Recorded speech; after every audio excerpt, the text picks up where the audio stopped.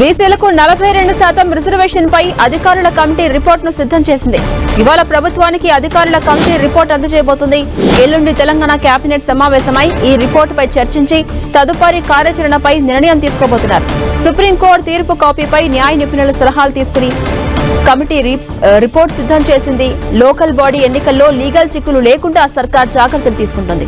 ఇక తెలంగాణలో బీసీలకు 42% రిజర్వేషన్స్ పై న్యాయ నిపుణులతో విస్తృత సంప్రదింపులు జరపాలని తెలంగాణ ప్రభుత్వం నిర్ణయించింది.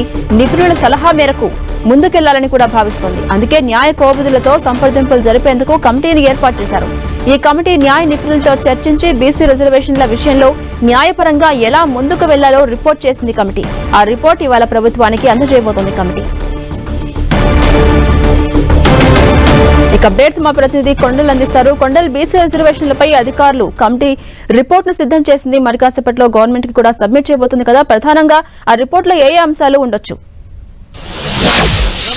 సుప్రీంకోర్టులో బీసీ 42% రిజర్వేషన్లకు సంబంధించి ప్రభుత్వం వేసిన పిటిషన్ను డిస్మిస్ చేసిన పరిస్థితి ఉంది. దీని తర్వాత లోకల్ బాడీ ఎన్నికలు జరపాల్సిన పరిస్థితి రాష్ట్ర ప్రభుత్వం ఆ దిశగానే ముందుకెళ్లాలని ప్రభుత్వం నిర్ణయించింది. సుప్రీంకోర్టు తీర్పు కాపీ అందిన తర్వాత దానిపైన అధికారుల కమిటీ దానిపై అధ్యయనం చేయాలి. అధికారుల కమిటీ తీర్పు కాపీ తర్వాత లీగల్ నిపుణులతో సంప్రదింపులు చేశారు. దానికి సంబంధించి ఒక నివేదిక ఇవ్వాలని చెప్పి సీఎం రేవంత్ రెడ్డి ఆదేశించారు. 2-3 రోజుల్లో ఈ నివేదిక సిద్ధం చేయాలని చెప్పి మొన్న క్యాబినెట్లోనే ఆదేశించిన పరిస్థితి. ఈ నేపథ్యంలోనే ఈ రిపోర్ట్ ఇప్పటికి సిద్ధమైపోయింది.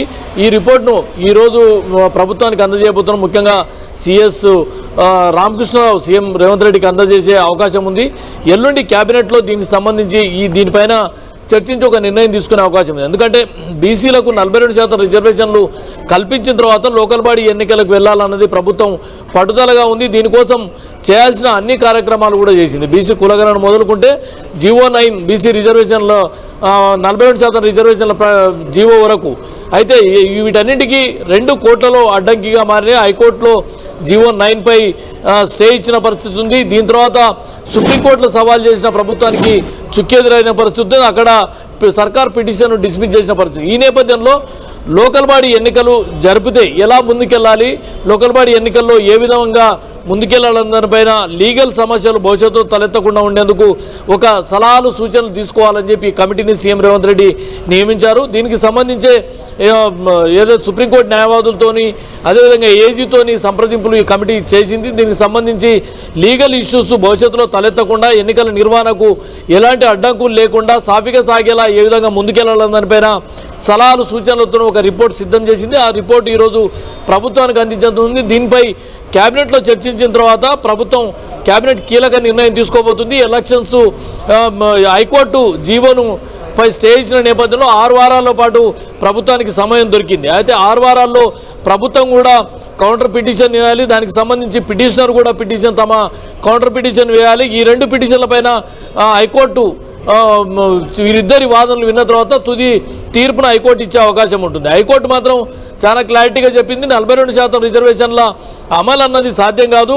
సుప్రీంకోర్టు తీర్పు ఉంది. 50% క్యాప్ రిజర్వేషన్లకు ఉన్న నేపథ్యంలో దీన్ని రాజ్యాంగ ఉల్లంఘన కిందికి వస్తుంది కాబట్టి ఇది సాధ్యం కాదని హైకోర్టు తేల్చెప్పింది. ఒకవేళ 50% లోపడి అంటే గతంలో ఎన్నికలు నిర్వహించిన గత పంచాయతీ ఎన్నికల నిర్వహణ చేసిన దానిలో భాగంగానే 50% క్యాప్ లోపల ఎన్నికలు నిర్వహించుకోవాలని చెప్పి కూడా దానికి ఎలాంటి అడ్డంకి లేదు. హైకోర్టు దానికి ఎక్కడ కూడా అడ్డంకి చెప్పడం లేదని కూడా చాలా క్లారిటీగా చెప్పిన నేపథ్యం ఉంది. వీటన్నిటి దృష్టిలో ఉంచుకొని ఈ లీగల్ ఇష్యూస్ తలెత్తకుండా లీగల్ నిపుణుల సలహాలు సూచనలతో ఈ రిపోర్ట్ సిద్ధం చేసింది. మరి ఈ రిపోర్ట్ను ఎల్లుండి క్యాబినెట్లో చర్చించిన తర్వాత ప్రభుత్వం ఏం డిసైడ్ చేయబోతుంది, హైకోర్టులో ఎలాంటి వాదనలకు పిటిషన్ దాఖలు చేయాల్సి ఉంటుంది కాబట్టి 6 వారాలు గడువించిన నేపథ్యంలో హైకోర్టులో ఎలాంటి వాదనలు వినిపించబోతుంది, ఒకవేళ అక్కడ ఎలాంటి సానుకూలంగా వచ్చేందుకు ఈ లీగల్ ఎక్స్పర్ట్స్తో తీసుకున్న సలహాలు సూచనలు ఏమైనా ఉపయోగం లభిస్తాయా లేదన్న చూడాల్సి ఉంటుంది. ఏదేమైనప్పుడు కూడా లోకల్ బాడీ ఎన్నికల నిర్వహణకు సంబంధించి ఎలాంటి లీగల్ ఇష్యూస్ భవిష్యత్తు తలెత్తకుండా